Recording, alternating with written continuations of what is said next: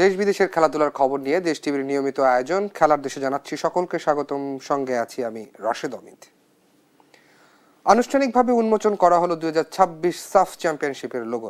রাজধানীর একটি 5 তারকা হোটেলে জমকালো আয়োজনের মাধ্যমে উন্মোচিত হয় এই লোগোতে ফুটানো হয়েছে বাংলাদেশের ঐতিহ্য, প্রকৃতি ও সমুদ্রের মিলবন্ধন। আর ঘরে মাঠের খেলা, তাই শিরোপা ধরে রাখা এর লক্ষ্য লাল সবুজদের।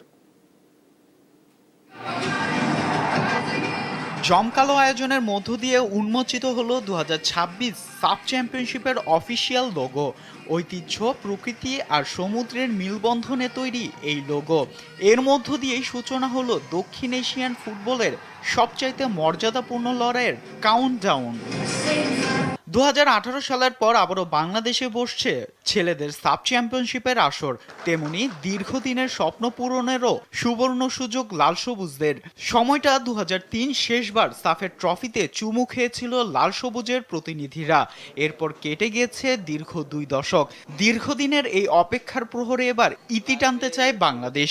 ওভার এক্সাইটেড হইতে চাই না বা ওভার কনফিডেন্ট হইতে চাই না। আমরা আমাদের নর্মাল খেলা খেলতে চাই এবং আমরা আশা করছি আমরা এই সাফ ইনশাল্লাহ আমরা বাংলাদেশের রাখতে পারবো। 23 বছর আগে আমরা কাপ জিতেছি। আসলে এটা আমাদের মনে হয় সবার মেন টার্গেট এবং আমরা আসলে এই কাপটা জিততে চাই এবং আমাদের দেশে খেলা, সব ক্রাউড থাকবে, আপনারা থাকবেন, দর্শক থাকবে। যেহেতু আমাদের হোমে খেলা, হোম অ্যাডভান্টেজ আছে আমাদের।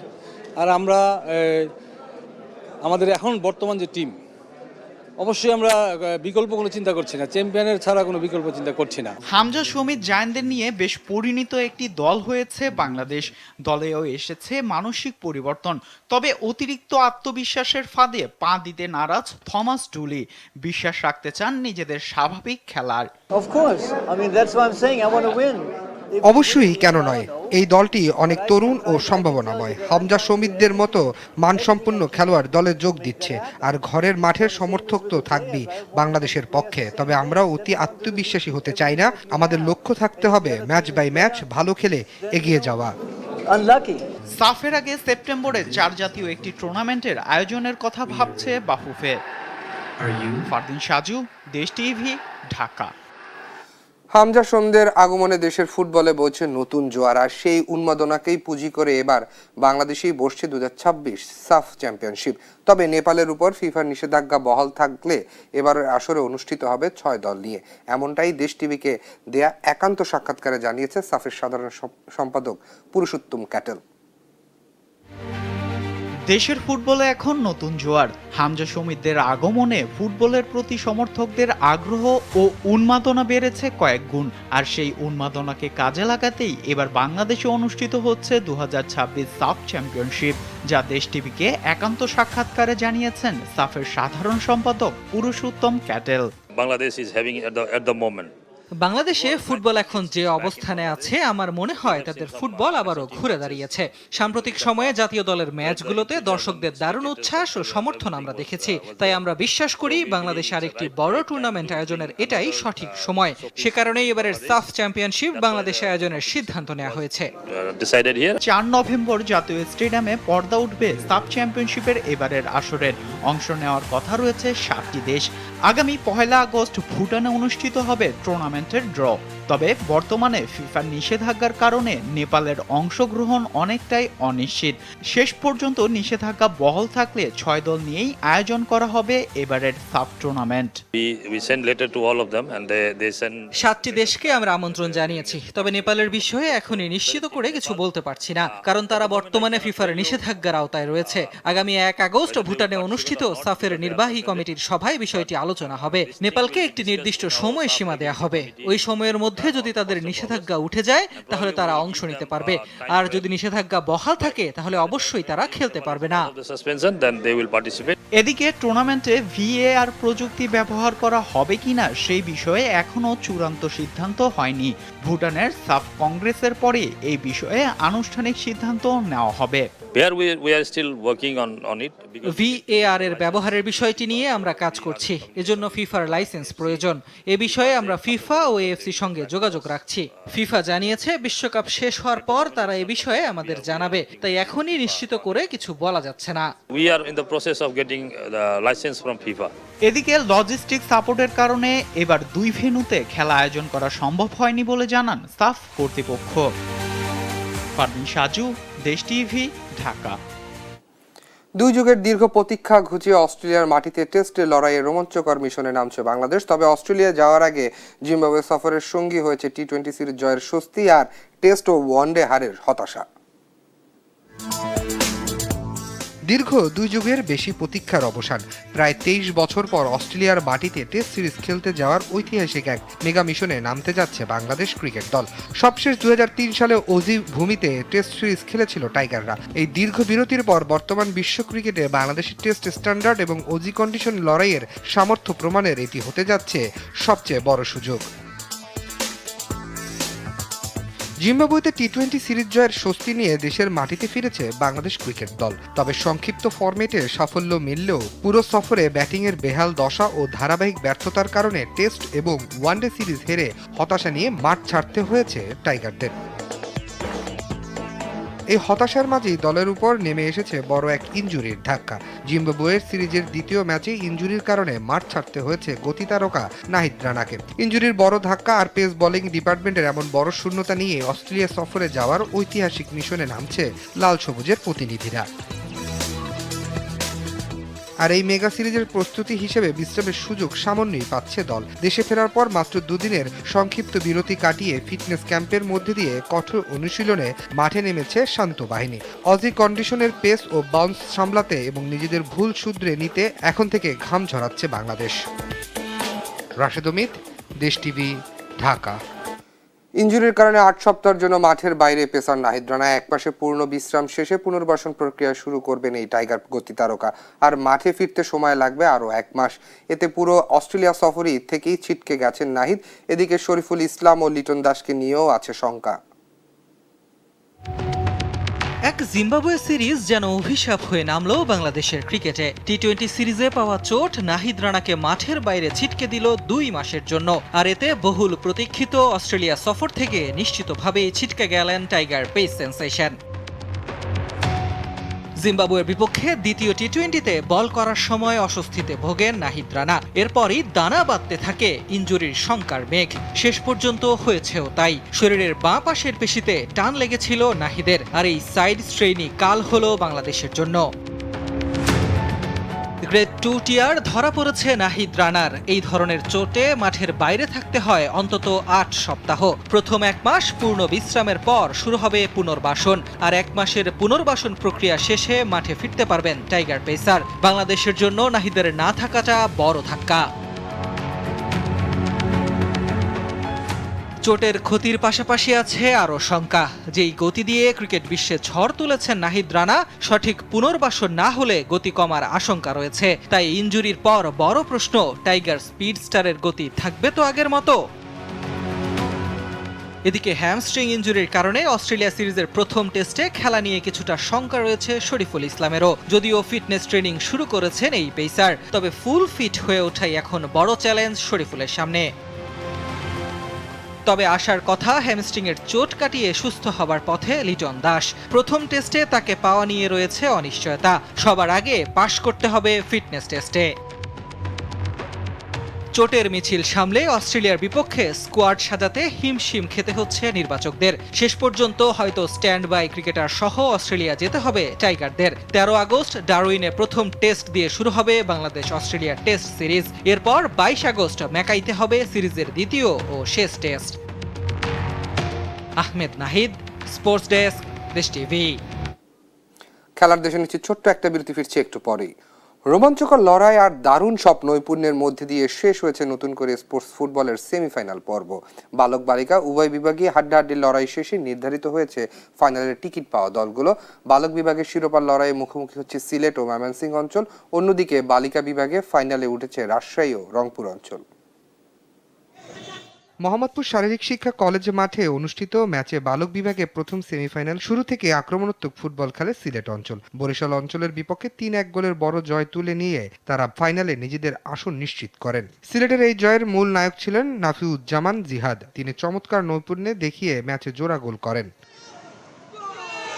অন্যদিকে দ্বিতীয় সেমিফাইনালে ময়মনসিংহ অঞ্চলকে 1-0 গোলে হারিয়েছে শক্তিশালী রংপুর অঞ্চলকে। অত্যন্ত প্রতিদ্বন্দ্বিতাপূর্ণ এই ম্যাচের প্রথমার্ধে 21তম মিনিটে ময়মনসিংহের বিপক্ষে জয়সূচক গোলটি করেন প্রতিভাবান মিডফিল্ডার রাতুল মোরল, যা শেষ পর্যন্ত ম্যাচের ভাগ্য নির্ধারণ করে দেয়।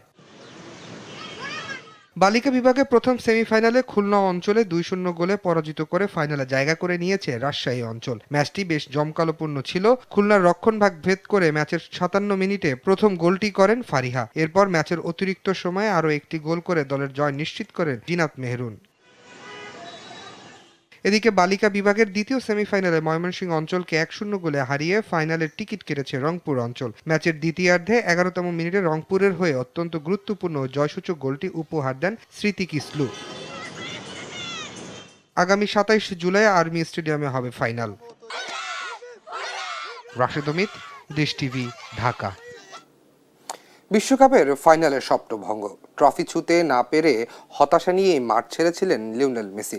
তারপর থেকেই যেন হঠাৎ করেই নিখোঁজ ফুটবলের এই জাদুকর জনসম্মুখে নেই, আলো ঝলমলে কোনো অনুষ্ঠানেও নেই। ভক্তদের মনে একটাই প্রশ্ন, কোথায় গেলেন আর্জেন্টাইন অধিনায়ক?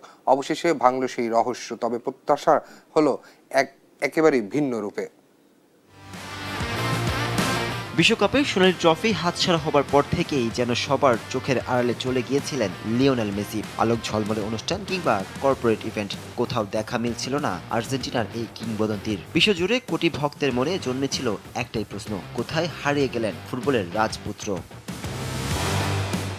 অবশেষে ভাঙলো সেই রহস্য, তবে প্রত্যাবর্তনটা হলো একেবারেই মেসি সুলভ কোনো লাল গালিচায় নয়, কোনো ভিআইপি বক্সেও নয়। সাধারণ দর্শকদের সঙ্গে লোকাল গ্যালারিতে বসে ধরা দিলেন আর্জেন্টিনার ফুটবলের এই মহানায়ক। নিজের জন্মভূমি আর্জেন্টিনার সান্তাফে প্রদেশের ছোট্ট শহর আরোসেকোয়ে গ্যালারিতে মেসিকে দেখা গেল সাদামাটা রূপে। পরিবারের প্রতিষ্ঠিত ক্লাব লেওনেস রোসারিও এফসির ম্যাচ দেখতে মেসি সেদিন হাজির হন কেবল একজন গর্বিত দর্শক হয়ে। মেসির আগমনে মাঠের খেলা ছাড়িয়ে সবার নজর তখন গ্যালারির এক কোনায়। বিশ্বকাপ শেষে মেসিকে ঘিরে শুরু হওয়া সব জল্পনা কল্পনা যেন নিমিষেই হারিয়ে গেল অ্যালেমটেনের দেখা পাওয়ায়। এ সময় ভক্তদের ভালোবাসার প্রতি কৃতজ্ঞতা জানান মেসি। অনন্য উচ্চতায় পৌঁছালেও তিনি যে নিজের শেকড় ভোলেননি, সেটাই যেন আবারও মনে করিয়ে দিলেন এই কিংবদন্তি। নাজমুস্তাকিব, স্পোর্টস ডেস্ক, দেশ টিভি। বিশ্বকাপে নিজের অসাধারণ পারফরমেন্সে নতুন উচ্চতায় পৌঁছেছেন ফ্রান্সের মাইকেল অলিস। মাঠের রেকর্ড গড়ার পর এবার দলবদলের বাজারেও তিনি সবচেয়ে আলোচিত নাম। তাকে ঘিরে রিয়াল মাদ্রিদের সঙ্গে তৈরি হয়েছে 200 মিলিয়ন ইউরোর এক মেগা ট্রান্সফার গুঞ্জন। তবে রিয়াল মাদ্রিদের পক্ষ থেকে এমন খবর ভিত্তিহীন বলে এক বিবৃতি প্রকাশ করা হয়েছে। উত্তর আমেরিকার বিশ্বকাপে নিজের প্রতিভার ঝলক দেখিয়ে ফুটবল বিশ্বের নতুন আলোচনার কেন্দ্রবিন্দুতে মাইকেল অলিসে। ফ্রান্সের এই অ্যাটাকিং মিডফিল্ডার টুর্নামেন্ট জুড়ে ছিলেন দুর্দান্ত ছন্দে। এক বিশ্বকাপে সর্বোচ্চ 7টি অ্যাসিস্ট করে ভেঙেছেন ফুটবল সম্রাট পেলের 56 বছরের পুরনো রেকর্ড। এর মধ্যে 5টি অ্যাসিস্ট এসেছে কিলিয়ান এমবাপ্পের গোলে, যা ফ্রান্সের আক্রমণ ভাগকে দিয়েছে ভিন্ন মাত্রা। বিশ্বকাপ শেষ হতে অলিসেকে ঘিরে উত্তপ্ত হয়ে উঠেছে ইউরোপের দলবদলের বাজার। বিভিন্ন ইউরোপীয় গণমাধ্যমের দাবি বায়ার্ন মিউনিখের এই তারকাকে দলে ফেরাতে আগ্রহী রিয়াল মাদ্রিদ। এমনকি প্রায় 200 মিলিয়ন ইউরোর বিশাল অঙ্কের প্রস্তাব দেওয়ার প্রস্তুতিও নিচ্ছে স্প্যানিশ ক্লাবটি। গুঞ্জন সত্যি হলে এটি হতে পারে ফুটবল ইতিহাসের অন্যতম ব্যয়বহুল দলবদল। তবে এসব খবরের কোনো সত্যতা নেই বলে স্পষ্ট জানিয়েছে রিয়াল মাদ্রিদ। ক্লাবের অফিসিয়াল ওয়েবসাইটে প্রকাশিত এক বিবৃতিতে বলা হয়েছে, অলিসেকে নিয়ে প্রকাশিত ট্রান্সফারের খবরগুলো সম্পূর্ণ ভিত্তিহীন এবং এ বিষয়ে ক্লাবের পক্ষ থেকে কোনো ধরনের আলোচনা বা উদ্যোগ নেওয়া হয়নি। রিয়াল মাদ্রিদ আনুষ্ঠানিকভাবে গুঞ্জন উড়িয়ে দিলেও আলোচনা থামেনি। ফরাসি সংবাদ মাধ্যম ফুট মার্কেটের দাবি, অলিসে নিজেও ক্যারিয়ারের পরবর্তী গন্তব্য হিসেবে সান্তিয়াগো বার্নাব্যুকে অগ্রাধিকার দিচ্ছেন। ফলে দলবদল ঘিরে জল্পনা আরো তীব্র হয়েছে। এখন দেখার বিষয় রিয়ালের অস্বীকৃতিতেই কি শেষ হবে এই আলোচনা, নাকি গ্রীষ্মের দলবদল বাজারে শেষ মুহূর্তে ঘটবে আরেকটি রেকর্ড করা চমক। আরিফিন ঈশা, স্পোর্টস ডেস্ক, দেশ টিভি। মাঠে ফিরিয়ে জাদুকরী পারফরমেন্স, পোকার খেলায় মেতে ওঠে দলের সবার সমালোচনার শিকার হয়েছিলেন, আর মাঠে নেমেই জোড়া গোল করে দিলেন, কড়া জবাব দিলেন ব্রাজিল তারকা নেইমার জুনিয়র। 2026 ফিফা বিশ্বকাপের হতাশা ভুলে ক্লাব ফুটবলে দারুণভাবে ফিরেছেন নেইমার। মাঝখানে পোকার টুর্নামেন্ট নিয়ে কিছুটা আলোচনার সমালোচনা তৈরি হলেও সেই তেতো অভিজ্ঞতাকে পাশ কাটিয়ে মাঠের পারফরমেন্স দিয়ে সবকিছুর জবাব দিলেন এই ফরওয়ার্ড। শনিবার রাতে ব্রাজিলিয়ান সিরি আর ম্যাচে শাপেকোয়েন্সের বিপক্ষে মাঠে নেমে নিজের জাত চেনালেন তিনি। ম্যাচের 36 মিনিটে দারুণ এক গোলে দলের ডেডলক ভাঙেন নেইমার। ডি বক্সের ভেতর সতীর্থদের সঙ্গে বল দেয়া নেয়া করে চমৎকার শটে বল জড়ান জালে। গোল করার পরপরই দৌড়ে গিয়ে পোকার খেলার কার্ডের ভঙ্গি করে উদযাপন করেন নেইমার, যা ছিল তার সমালোচকদের প্রতি স্পষ্ট এক ব্যঙ্গাত্মক বার্তা। ম্যাচে এক পর্যায়ে শাপেকোয়েন্স ঘুরে দাঁড়িয়ে 2-1 ব্যবধানে এগিয়ে গেলে হারের সংখ্যা তৈরি হয় সান্তোসদের। কিন্তু হাল ছাড়েননি বার্সেলোনা ও পিএসজির এই সাবেক তারকা। শেষ মুহূর্তে পেনাল্টি থেকে নিখুঁত শটে গোল করে দলকে পরাজয়ের হাত থেকে রক্ষা করেন তিনি। ম্যাচটি শেষ পর্যন্ত 2-2 গোলে ড্র হয়। জয় না পেলেও নেইমারের এই রূপ সান্তোস সমর্থকদের জন্য বড় স্বস্তির বার্তা।